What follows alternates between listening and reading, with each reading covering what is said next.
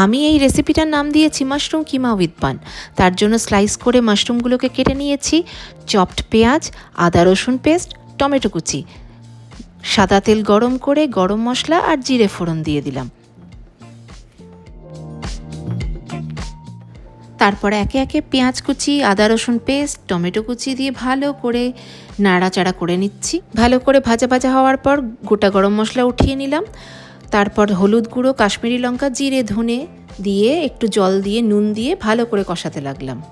মশলার সাথে ভালো করে কষানোর পর এর মধ্যে দিলাম চিকেন কিমা দিয়ে ভালো করে কষিয়ে নিচ্ছি মশলাগুলো। চিকেন কিমাটা ভালো করে কষানো হয়ে গেলে পরে তারপরে একটু ম্যাশ করে দিচ্ছি। চিকেনের কিমাগুলো একটু দানা দানা হয়ে গেছিলো। তবে কেউ যদি এটা ভেজ বানাতে চায়, চিকেন কিমার জায়গায় সোয়া কিমা ব্যবহার করতে পারে মাশরুমের সাথে। তারপর সাইডে আরেকটা প্যান গরম করে তাতে বাটার দিয়ে নুন গোলমরিচ দিয়ে মাশরুমগুলো দিয়ে দিতে হবে একটু সতে করার জন্য।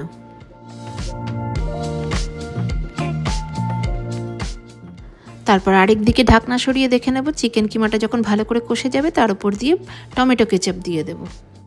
তারপর ভালো করে নাড়াচাড়া করে কম আঁচের ঢাকা চাপা দিয়ে দেব 1-1.5 মিনিট বাদে। তারপর তার মধ্যে মাশরুমগুলোও দিয়ে দেব।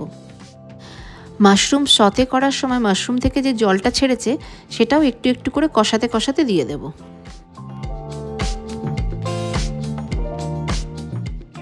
এরপর এর মধ্যে দিয়ে দেব গরম মশলা গুঁড়ো।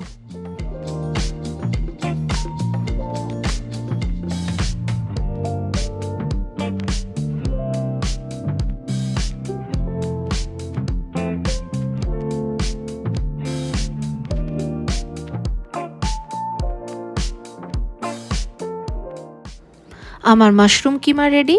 এটা চাইলে শুধু ভাত রুটি দিয়েও খাওয়া যায়, কিন্তু আমি এটা বানের সাথে ইউজ করব।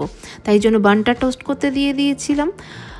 বান টোস্ট হয়ে যাওয়ার পর সেই পুরটাকে এর মধ্যে চাইলে অরিগানোও কেউ মেশাতে পারে এই পুরে।